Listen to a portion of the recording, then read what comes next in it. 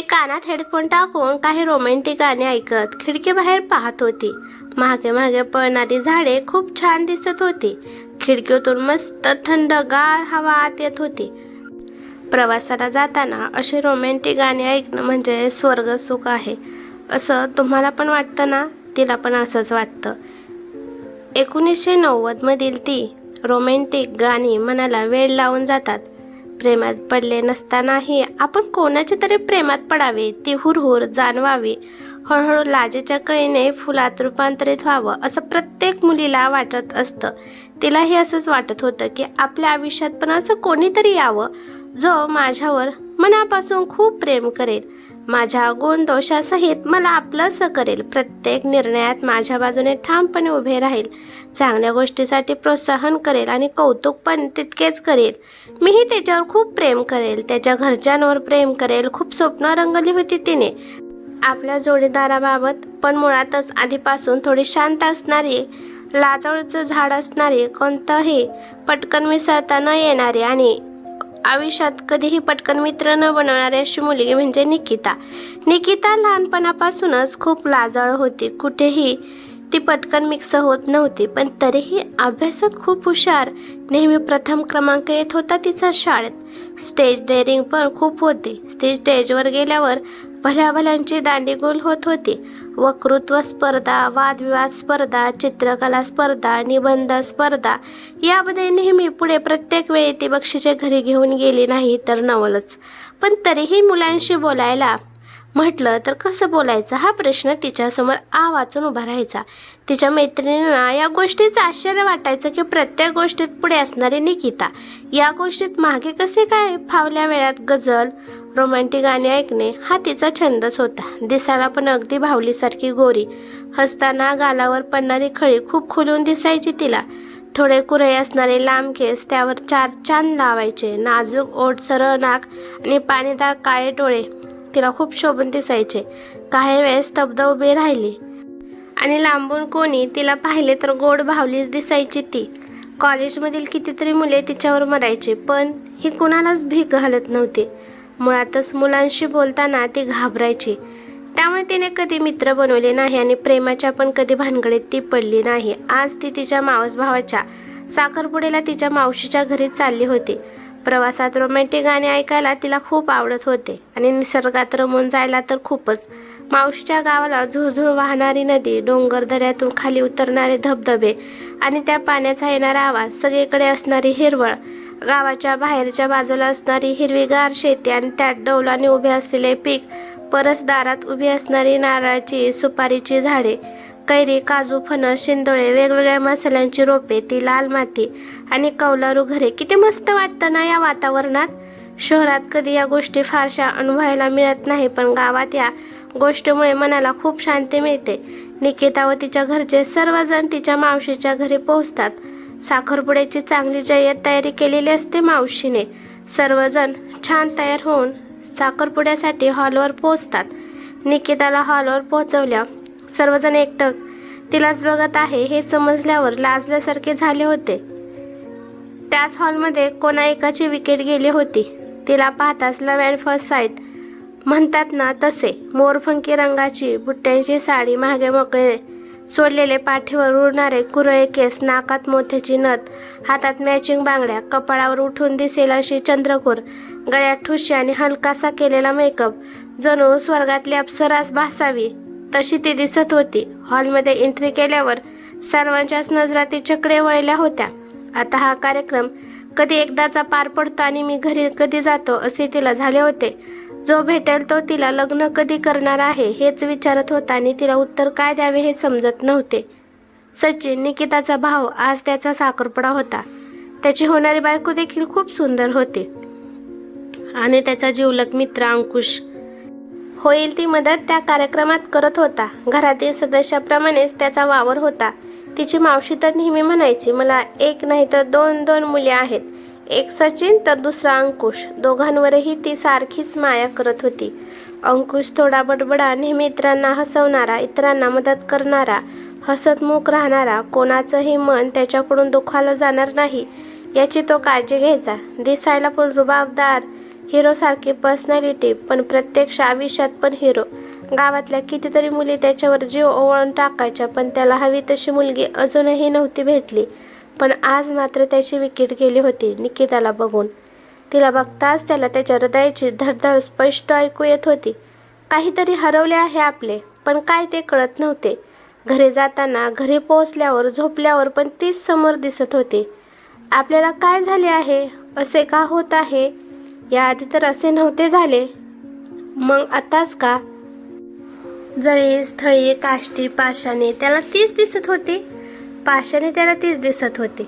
स्वतःच गालात हसून आपलं तिच्या प्रेमात पडलो आहे याची त्याने स्वतःला जाणीव करून दिली. पण बोलायचे कसे तिच्यासोबत? ती तर आधीच खूप लाजळ आहे आणि घरी तर सर्वजणच असतात. मग तिच्याशी मैत्री कशी करायची? आपल्याच विचारात तो हरवला होता. त्याच विचारात तो कधी सचिनच्या घरी पोहोचला हे त्याला कळलेच नाही. संध्याकाळची वेळ होती. नुकताच उन्हाळा संपून पावसाळा सुरू होणार होता. कोकणात पाऊस पडताना बघणे म्हणजे सुख असतं ना. त्या लाल मातीचा गंध, त्या कौलारू घरांच्या वरून खाली येणारे पाणी, परसातल्या आंब्याचा सुवास, सगळं किती मनमोहक असतं ना. बाहेर ढग दाटून आले होते. चिमण्या, कावळे, बुलबुल आणि इतर पक्षी आपापल्या घरट्यांकडे चालले होते. सगळीकडे पक्ष्यांचा मंजूळ आवाज कानावर पडत होता. झाडांची सळसळ स्पष्ट ऐकू येत होती.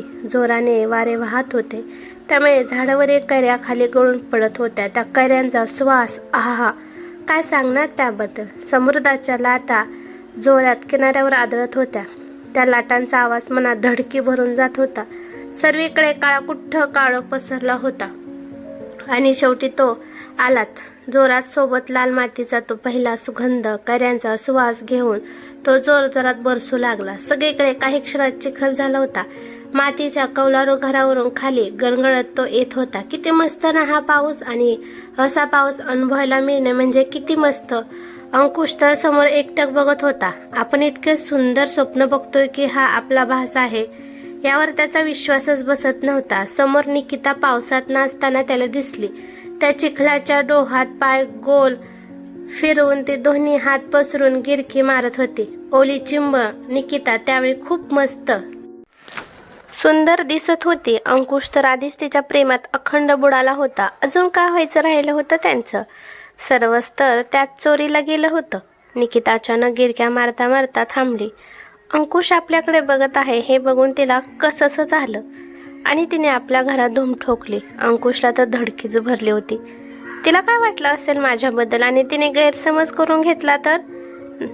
नाही, तिला सॉरी म्हणायला हवं लगेच, पण कसं बोलणार तिच्याशी? ती बोलत पण नाही, किती लाजते ती. अरे देवा, तूच सांग आता काय करू ते. तो आकाशाकडे हात जोडून बोलत असताना सचिन तिथे आला आणि त्याला बघून हसू लागला. काय रे अंकुश, वेडबीड लागला आहे का तुला? असं काय एकटाच बडबड करतोस? एक आत, असं का पावसात थांबलास? चल आते. सचिन, हो आलोस, तू हो पुढे. अंकुश घरात गेल्यानंतर अंकुशची नजर निकिताचा शोध घेत होती, पण ती होती कुठे त्याची धडधड तर खूप वाढली होती. काय बोलावे हे पण कळत नव्हते.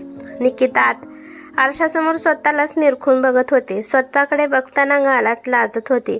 अंकुश किती हँडसम आहे ना, आणि दादाचा जिवलग मित्र पण आहे. सगळेच किती कौतुक करतात त्याचं. त्याच्याकडे बघितल्यावर एक वेगळी जाणीव होते मला. याआधी असं कोणा मुलाला बघून झालं नव्हतं, पण याला बघून मला वेगळेच वाटतंय. आता पण तो माझ्याकडे बघत होता. छान वाटलं मला, पण का? आणि मी का त्याचा विचार करत आहे? निकिता, तू प्रेमात तर पडली नाहीस ना त्याच्या? तिच्या या विचाराने तिचेच हसू येत होते. कितीतरी वेळ ती तशीच आरशाकडे बघत बसली होती. सचिनने आवाज दिल्यानंतर ती बाहेर हॉलमध्ये आली. बाहेर आल्यावर पण ती अंकुशला शोधत होती, पण तो तिला कुठेच दिसला नाही. काय ग निकिता, कुणाला शोधत आहेस? काही हवंय का तुला? मावशी, काही नाही, ते आपलं असंच आलेस मी, असं म्हणून ती परत आपल्या रूमकडे गेली. आज ती किती छान दिसत होती ना, बरीच जण हृदय चोरणारी. अंकुश एकटाच बडबड करत बसला होता आपल्या रूममध्ये. तिच्याशी कसं बोलू, पण बोलायलाच हवं. तिच्याशिवाय कसं कळणार ते कसे आहे ते? ठरलं तर मग उद्याच तिच्याशी बोलेल. तसंही उद्या सर्व समुद्र किनाऱ्यावर जाणार आहेत, तेव्हाच तिच्याशी मैत्री करेल. पण ती करेल का माझ्याशी मैत्री? पण प्रयत्न करायला काय हरकत आहे? अंकुश आपल्याच विचारात हरवला होता. सूर्य उतरणीला आला होता. त्याचा तो तांबडा लालसर रंग सर्व आकाशात पसरला होता. आल्हाददायक हवा चारही बाजूने सुटली होती. पक्षी आपापल्या घरट्याकडे चालली होती. मच्छीमारांनी जाळे बाहेर काढून त्यातली मासे टोपल्यांमध्ये भरायला सुरुवात केली होती. समुद्रात गेलेल्या बोटी किनाऱ्यावर लागत होत्या. लवकरच मासळी बाजार भरणार होता. समुद्र किनाऱ्यावर समुद्राच्या लाटा जोरात किनाऱ्यावर आदळत होत्या. त्यातून शंख शिंपले खेकडे किनाऱ्यावर आदळत होते. मग वाळूत शंख शिंपले रुतून बसत होते. लहान मुले लाटांवर स्वार होऊन उड्या मारत होते. कुणी किनाऱ्यावर किल्ले बांधत होते, तर कुणी फुटबॉल, कबड्डी सारखे मैदानी खेळ खेळत होते. काही प्रेमी उगले हातात हात घेऊन वाळूवरून चालत होते, तर कोणी दगडावर बसून सूर्यास्त पाहत होते. काही जण वाळूवर आपले व आपल्या जोडीदाराचे नाव बदामामध्ये कोरत होते. काही लोक एका बाजूला मासे घेण्यासाठी गर्दी करत होते, तर व्यापारी माशांचा लिलाव करत होते. या सर्व गोष्टींचा साक्षीदार होता तो एकमेव म्हणजे समुद्र. या दगडावर बसून निकिता सुद्धा सूर्यास्त पाहण्यात गुंग झाली होती. त्या सूर्यास्ताकडे बघत आपल्या भविष्याची स्वप्ने ती बघत होती, तर इतर मंडळी समुद्र किनाऱ्यावर इकडे तिकडे पांगली होती. अंकुशने आज ठरवलंच होतं तिच्याशी मैत्री करायची म्हणून. हाय निकिता, कशी आहेस? तिच्याकडे जात त्याने तिला विचारले. हाय अंकुश, मी मस्त आहे, तू कसा आहेस? जरा चाचरतच ती म्हणाली. मी मस्त निकिता. मी बसू का इथे? हो हो बस ना. निकिता, तू इतकी का लाजतेस माझ्याशी बोलायला? तू आल्यापासून बघतोय मी खूप शांत असतेस, फारशी बोलत नाही का बरं? असं काही नाही, मी थोडी शांत आहे म्हणून. आणि पटकन नाही बोलता येत ना मला, बाकी काही नाही. असं होय. निकिता, एक विचारू, तुला राग येणार नसेल तर? हो विचार ना, नाही राग येणार मला. मैत्री करशील माझ्याशी? मला आवडेल तुझ्याशी मैत्री करायला. मैत्री करशील माझ्याशी? मला आवडेल तुझ्याशी मैत्री करायला. यावेळी निकिता शांतच असते. ही शांतता अंकुशला सहन होत नाही. तो शांततेचा भंग करून परत एकदा तिला विचारतो. थोडा विचार करून निकिता त्याला हो म्हणते. यावर तो जोरात यस म्हणतो. थोड्या वेळाने त्याला त्याच्या या कृत्याचे वेगळेपण जाणवते, पण निकिता मात्र त्याच्याकडे बघून हसत असते. हळूहळू त्यांची मैत्री खूप घट्ट बनत जाते. निकिता आता मनमोकळेपणे सर्वांशी बोलत असते. शांत राहणारी मुलगी आता सतत बडबड करत असते, इतरांना हसवत असते. शांत राहणे म्हणजे काय हेही ती विसरून जाते. प्रत्येक गोष्टी तिचा पुढाकार वाढलेला असतो. लाजणारी निकिता कुठेतरी लांब गेलेली जाणवते सर्वांना. घरच्यांना तिच्यातला हा झालेला बदल खूप आवडतो. हे जे काही झाले आहे ते अंकुशमुळे झाले आहे म्हणून त्याचे आभार पण मानतात. आणि त्यांना हे पण कळून चुकते की ही दोघे एकमेकांच्या प्रेमात अखंड बुडाले आहे. पण पुढाकार मात्र कोणीच घ्यायला तयार नव्हते. शेवटी सचिन डायरेक्ट अंकुशला विचारतो की तू माझ्यापासून काहीच लपवून ठेवू नकोस, जे आहे ते उघडपणे बोल. निकिता कशी काय इतकी बदलली आहे? त्या प्रश्नावर तर अंकुश पूर्णपणे घाबरून गेला होता. आता काय सांगू याला की मी प्रेम करतो तिच्यावर? त्याने असं सांगितल्यावर तो समजून घेईल का मला? अंकुश, कसला विचार करतोस तू इतका? मी काय विचारलं तुला, सांग लवकर. आता सचिनचा आवाज वाढलेला होता. त्याच्या अशा पद्धतीने विचारण्याने अंकुश शांतच राहतो. अरे तुला ऐकायला आलं नाही का? मी काय विचारलं ते बोल ना. तोंड शिवलं का तुझं आता? निकितावर प्रेम करतोस ना? अरे बोल ना. हो हो हो. सचिन स्वतःच्या डोक्याला हात मारून घेतो आणि जोरात बोलतो. लाज नाही का वाटत तुला असं सांगायला? सॉरी सचिन, पण मला खूप आवडते रे ती. प्लीज समजून घे ना मला. प्रेमात पडलो रे मी तिच्या. हो मग मी काय करू? तिला माहीत आहे का हे केलं का? तिला प्रपोज तू? नाही सांगितलं मी तिला अजून. अरे बावळटा, कधी सांगणार मग तिला? तिचं लग्न झाल्यावर का? काय? अंकुश तर एकटक सचिनकडेच बघत बसतो. अरे असं काय बघतोस भूत बघितल्यासारखा? तुझी परवानगी आहे सचिन आम्हाला? अरे माझीच काय, पण सर्व कुटुंबाला तो आमचा जावई म्हणून पसंत आहे. आता लवकरच तिला प्रपोज करा आणि आम्हाला गुड न्यूज सांगायला ये, कळलं का दाजी साहेब? दाजी काय रे तू आपलं? अंकुशच बोल मला. असं म्हणून दोघे एकमेकांना आलिंगन देतात. उद्याच मी तिला प्रपोज करतो, असं मनाशी ठरवून तो आपल्या घरी परत गेला.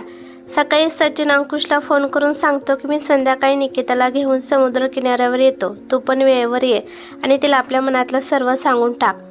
मी आहे तुझ्या पाठीशी, काळजी करू नको. चल ठेवतो मी फोन, बाय. आजच गावातल्या सरपंचाचा मुलगा निशांत शहरातून आपल्या घरी परत आला होता. सरपंच म्हणजे भारदस्त व्यक्तिमत्व, प्रेमळ, सर्व गावाला समजून घेणारे, आपल्यासोबत गावाला घेऊन चालणारे, सतत गावाच्या भल्याचा विचार करणारे. गावात त्यांना खूप मान होता. त्यांचा शब्द झेलायला सर्वच तयार असतात. त्यांनी त्यांचा एकुलता एक मुलगा निशांत याला शिक्षणासाठी शहरात पाठवलेले होते, पण शहरात जाऊन वाईट संगतीत पडून निशांत पूर्णपणे बिघडलेला होता. ज्या ज्या सवयी चांगल्या माणसाला नको त्या सर्व सवयी त्याला लागलेल्या होत्या. अभ्यासात पण नेहमी कॉफी करून पास व्हायचा. मुलींना फिरवायचं, सिगरेट, दारूचं व्यसन खूप होतं. मारामारी करणं तर त्याला नवीन नव्हतं. खूप अहंकारी, जे पाहिजे असेल ते तो मिळवत असे.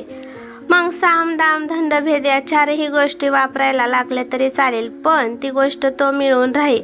त्याला नाही म्हटलेलं कधीच आवडत नव्हतं. ज्या दिवशी अंकुश निकिताला समुद्र किनाऱ्यावर प्रपोज करणार होता त्या दिवशी तो पण समुद्र किनाऱ्यावर गेला होता. फिकट आकाशी रंगाचा पायघोळ वन पीस तिने घातला होता. मोकळे पाठीवर रुळणारे कुरळे केस मागे सोडले होते. त्या आउटफिटमध्ये ती खूप उठून दिसत होती. निशांचं लक्ष तिच्याकडे वळण्यास हेच पुरेसं होतं. तिला पाहता त्याच्या मनात ती बसली होती. लगेच आपल्या मित्रांकरवी त्याने तिची सर्व माहिती काढल्याने तिला प्रपोज करण्यासाठी तो घरी निघून गेला. इकडे अंकुश समुद्र किनाऱ्यावर पोहोचला होता. परत एकदा निकिताला बघून त्याची विकेट पडली होती. त्याच्या हृदयाची धडधड जोरात होत होती. तिला पाहता शब्द सुचत नव्हते त्याला. त्याच्या मेंदूला मुंग्या आल्यासारख्या झाल्या होत्या. तिच्यासमोर काय आणि कसे बोलायचे हेच तो विसरून गेला होता. सचिनने त्याला धीर देऊन तिला आताच प्रपोज करायला सांगितले, तरी तो एका जागेवर ठाम उभा होता. शेवटी जवळजवळ सचिनने त्याला तिच्या बाजूने त्याला ढकलून दिले आणि तिला सर्व मनातलं सांगून टाक. मी थोडा दूर जातो, पण तू बोललाच पाहिजे, नाहीतर गाठ माझ्याशी आहे, असं बोलून तो थोडा लांब जाऊन उभा राहिला. शेवटी अंकुशने थोडी हिंमत करून तो तिच्यासमोर गेला. गुडघ्यावर बसून त्याने तिच्या समोर त्याचा हात पुढे केला. तिला तर समजत नव्हते हा असा का बसला आहे ते. निकिता, खूप दिवसांपासून तुला एक गोष्ट सांगायची होती, पण सांगू शकत नव्हतो. आज ती गोष्ट तुला मी सांगणार आहे, पण तुझं उत्तर हो असेल अशी आशा करतो मी. निकिता, माझं तुझ्यावर खूप प्रेम आहे. लग्न करशील माझ्याशी? असं बोलून तो रिंग तिच्यासमोर धरतो. निकिता तर गालातल्या गालात लाजत होती. असं कोणी प्रपोज करेल असं तिला वाटलं पण नव्हतं. परत एकदा अंकुश निकिताला विचारतो, सांग ना निकिता, करशील माझ्याशी लग्न? हो अंकुश, माझं पण तुझ्यावर खूप प्रेम आहे, करेल मी तुझ्याशी लग्न. असं बोलून ती त्याच्या हातातून रिंग घेऊन आपल्या बोटात घालायला त्याला सांगते. तेवढ्यात त्यांना तिथे टाळ्यांचा कडकडाट ऐकायला येतो. जेव्हा दोघेही मागे वळून बघतात तेव्हा त्यांच्या घरचे त्यांना टाळ्या वाजवताना दिसतात. निकिता तर लाजून सचिनच्या मागे लपते. आता तर सर्वजण त्यांची थट्टामस्करी करत असतात, पण पुढे येणाऱ्या वादळापासून अनभिज्ञ असतात सर्व. दुसऱ्या दिवशी सर्वजण त्या गावाच्या ग्रामदेवतेच्या मंदिरात पूजा करण्यासाठी गेले होते. सचिनचे लग्न आणि निकिताचा साखरपुडा एकाच दिवशी करायचे असे सर्वांनी ठरवून टाकलेले असते आणि यासाठी मंदिरात पूजा करण्यासाठी सर्वजण गेलेले असतात. पूजा सुद्धा खूप छान होते. निकिता एकटी नैवेद्य घेऊन गायीला दाखवायला जाते, तरी गायीचा गोठा मंदिरापासून 5 मिनिटाच्या अंतरावर होता आणि मागच्या बाजूला होता. निकिता गायला नैवेद्य दाखवून मागे फिरते तर तिच्या समोर निशांत उभा असलेला तिला दिसतो. त्याला असं अचानक समोर बघून ती थोडी दचकते, पण नंतर धीर करून ती त्याला विचारते की तुमचे काही काम होते का माझ्याकडे? हाय निकिता, मी निशांत, कालच गावात परत आलो आहे. या गावच्या सरपंचाचा मुलगा आहे मी. शहरात असतो. मी काल तुला समुद्र किनाऱ्यावर बघितलं. तू या गावात नवीन आहेस ना? काय माहीत आणि तुम्ही हे सर्व मला का सांगत आहात? मी तर तुम्हाला ओळखत पण नाही. शक्य तितक्या सौम्य आवाजात आणि चांगुलपणा दाखवत निशांतीला सांगतो की मला कोणाचीही माहिती काढायला वेळ लागत नाही. ती लगेच मिळते. मला पण खरं सांगू, काल मी तुला समुद्र किनाऱ्यावर पाहिला आणि तुला सर्वस्वच देऊन बसलो. मी हृदय चोरलंस माझं तू. आता सांग निकिता, काय करू मी? निकिता थोडी घाबरली होती, पण तसे न दाखवता ती त्याला म्हणाली की प्रेम असं नसतं होत कधी. मला जाऊ द्या. माझ्या घरचे वाट बघत असतील मंदिरात. तू जाऊ शकतेस निकिता, पण मी तुझ्यावर खूप प्रेम करतो हे पण तितकंच खरं आहे. लग्न करशील? पण तुम्हाला माझे नाव कसे काय माहीत आणि तुम्ही हे सर्व मला? तू माझी राणी अजिबात नाही. माझा रस्ता सोड. ओके ओके, आता मी जातो, पण तुझ्या उत्तराची वाट बघेन. 2 दिवसानंतर तुला विचारायला परत येईल मी. निकिता पळतच मंदिरात जाते. झाल्या प्रकरणाने ती घाबरून गेलेली होती. पण घरी गेल्यानंतर लग्नाची तयारी, साखरपुड्याची तयारी, सगळ्यांची चाललेली थट्टा मस्करी, या सगळ्या गोष्टीमध्ये ती ही गोष्ट पूर्णपणे विसरून जाते. आणि घरच्यांना का उगाच त्रास म्हणून ती कोणालाही काही सांगत नाही. हॉलमध्ये चर्चा चालू असताना हळूच निकिताचे आणि अंकुशचे डोळ्यांच्या माध्यमातून इशारे सुरू होते. काय दाजी साहेब, तुम्हाला करमत नाही वाटतं माझ्या बहिणी वाचून? असं बोलून सचिन हसू लागतो. त्याच्या या मस्करीत घरातले पण सामील होतात. निकिता तर लाजेने चूर होऊन आपल्या रूमकडे धूम ठोकते. असेच थट्टा मस्करी 2 दिवस निघून जातात. निकिता जरा खाली ये, एक काम आहे तुझ्याकडे. मावशी निकिताला आवाज देत किचनकडे निघून जातात. आले मावशी, 1 मिनिट थांब. निकिता पायऱ्या उतरून किचनकडे वळली. बोल ना मावशी, काय काम होतं तुझं? अगं, पुरणपोळी केली आहे अंकुशला, खूप आवडते ना. त्याला फोन केला होता पण तो आता कामात आहे, म्हणून म्हटलं तूच देऊन येतेस का त्याला पुरणपोळी? मावशी एवढंच ना, त्यात काय, येते की देऊन. कोणीतरी लगेच तयार झालं आहे अंकुशकडे जायचं म्हटलं तर. हो ना, काय ग मावशी, तू पण का आता? जा मग. मी नाही जात, तू दादालाच पाठव त्याच्याकडे. बघू चेहरा तुझा. मावशीने तिचा चेहरा आपल्या हातात धरून, तुला मस्करी पण कळत नाही का ग? जा लवकर, मी सांगून ठेवलं आहे त्याला तू येत आहे म्हणून. खुश होतच ती त्याच्या घरी पोहोचली. दारातच अंकुश उभा होता तिची वाट बघत. किती ग वेळ निकिता, असं करतात का? किती वेळ लावलास? 10 मिनिटात तर आले मी. असा कोणता उशीर झाला मला? माझ्यासाठी 1 मिनिट पण 1 तासासारखं आहे. तुला काय सांगू? बास कर आता, मला जायचं आहे लवकर घरी. आता चालीस आणि निघालीस पण, असं काय करतेस? बरं ठीक आहे, बसते, पण थोड्या वेळ, जास्त वेळ नाही बसता येणार मला. ओके राणी सरकार, आपला हुकूम मानायला आम्ही तयार आहोत. बराच वेळ दोघांच्या गप्पा सुरू असतात. त्या गप्पाच्या नादात किती वाजले यावर त्यांचे लक्ष देखील जात नाही. मावशीचा फोन आल्यानंतर ती तेथून घरी जायला निघते. अंकुश तिला घरी सोडायला तयार असतो, पण तीच नाही म्हणते.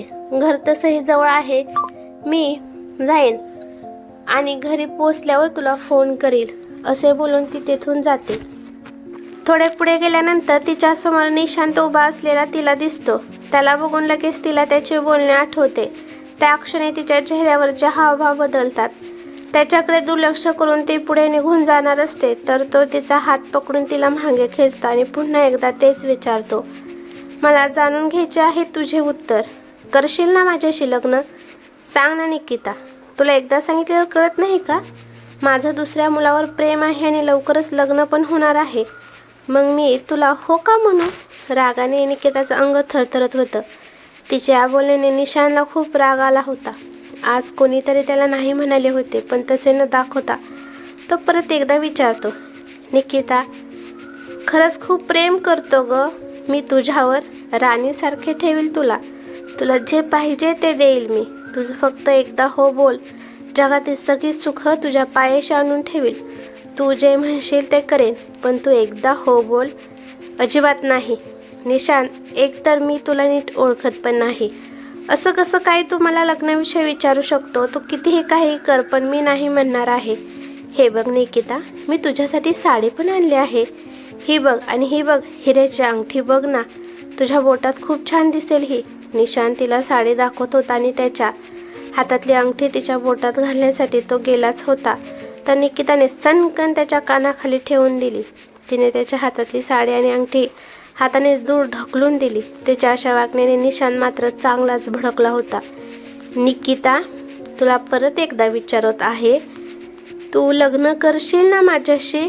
वेळ लागल्यासारखा निशांत तोच प्रश्न वारंवार विचारत होता आणि निकिता नाही म्हणत होती.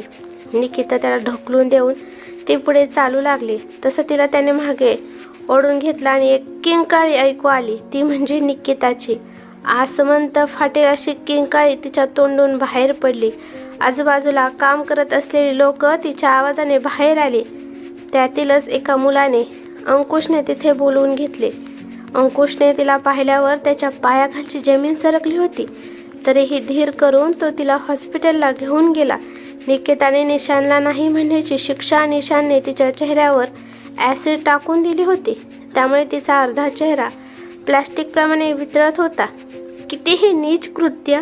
प्रेम ही नैसर्गिक भावना आहे. त्याग, समर्पण आहे. जोडीदाराच्या आनंदात आहे. ही एक सुंदर भावना आहे. हे निशांसारख्या विकृत माणसांना का नाही कळत? त्यांचा अहंकार दुखावला गेला हे ते आपला पुरुषार्थ अशा पद्धतीने दाखवून देतात का? कळत नाही त्यांना या गोष्टी काय मिळते. निशानला यातून ना त्याला निकिता मिळाली आहे ना तिचे प्रेम. मग कशासाठी त्याने हे केले? पोलिसांनी त्याला अटक केल्याने प्रत्यक्षदर्शी पुराव्यामुळे त्याला शिक्षा पण झाली. पण या गोष्टीमुळे निकितावर मात्र खूप खोलवर परिणाम झाला होता. तिचा चेहरा एका बाजूने पूर्ण जळाला होता. तिची मानसिक स्थिती पूर्ण बिघडली होती. कोणाशी बोलणं नाही की काही नाही. सतत ती गप्प राहायला लागली होती. सतत एकटक शून्यात नजर लावून बसलेली असायची. अंकुशला तर ती भेटणं टाळत होती. तिची अवस्था कोणालाही बघवत नव्हती. आतापर्यंत बऱ्याच सर्जरी करून झाल्या होत्या पण तरीही तिचा चेहरा पूर्वीसारखा नाही झाला. अंकुश हरत ह्याचे प्रयत्न करत होता तिला बोलतं करण्यासाठी, तिला हसवण्यासाठी. पण तो आला की ती झोपेचं सोंग घेत होती. त्याला भेटायला पण तयार होत नव्हती ती. तरी जबरदस्ती तो तिला भेटायला जात होता. खूप प्रेम होतं त्याचं तिच्यावर. या परिस्थितीत पण तो तिला साथ देत होता. नाहीतर आपण बघतोच आपल्या आजूबाजूला काय घडतंय ते.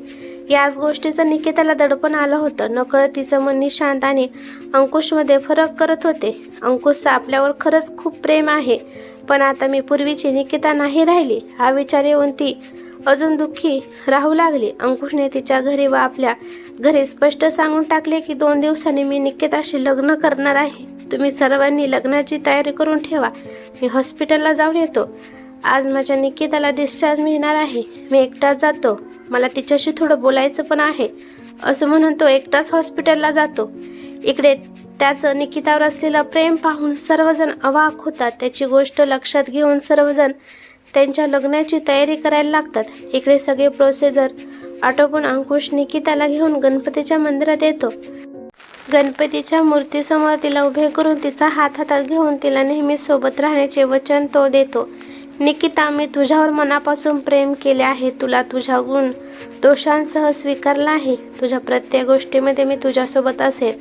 आज तुझ्यावर हा प्रसंग ओढवला म्हणून मी तुझे साथ सोडून जाऊ अशी अपेक्षा तू का करतेस माझ्याकडून? मी तुझ्यावर प्रेम केले आहे.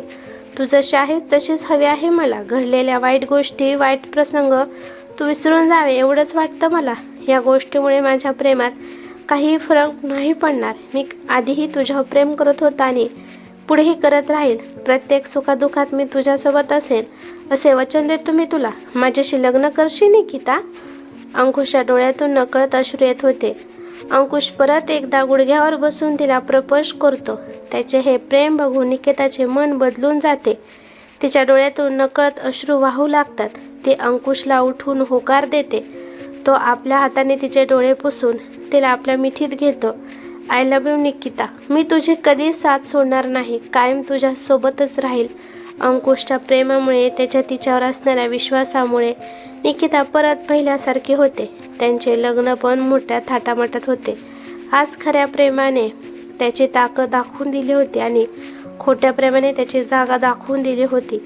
निकिता तिच्यावर आलेल्या प्रसंगाने अंकुशच्या मदतीने बरीच सावरली होती आणि तिच्यासारख्या मुलींना धीर देण्याचे काम पण करत होती. आज त्या दोघांच्या लग्नाचा पहिला वाढदिवस होता. खूप सुंदर तयारी केली होती. निकिताला आज सरप्राईज द्यायचे होते त्याला. त्याने तिला प्रपोज केले होते. ती जागा त्याने सेलिब्रेशनसाठी निवडली होती. सूर्यास्त होण्याआधी तो तिला समुद्रकिनाऱ्यावर घेऊन आला. मस्त हवा सुटली होती. फ्रेश वाटत होते तिथे. आज लग्नाला 1 वर्ष झाल्यानंतर परत एकदा अंकुश निकिताला आपल्या पद्धतीने प्रपोज करत होता. निकिता, माझं खूप प्रेम आहे तुझ्यावर. लग्न करशील माझ्याशी परत एकदा? निकिता त्याच्या गालावर हलकी चापट मारून त्याला होकार देते. इकडे सूर्यास्त होत असतो आणि निकिता अंकुशची जुनीच कहाणी परत एकदा नव्याने उद्याला येत होती. ही कथा कशी वाटली ते मला कमेंट करून नक्की सांगा. कथा आवडली तर लाईक शेअर नक्की करा आणि चॅनलवर ते नवीन असाल तर चॅनलला सबस्क्राईब करा. धन्यवाद.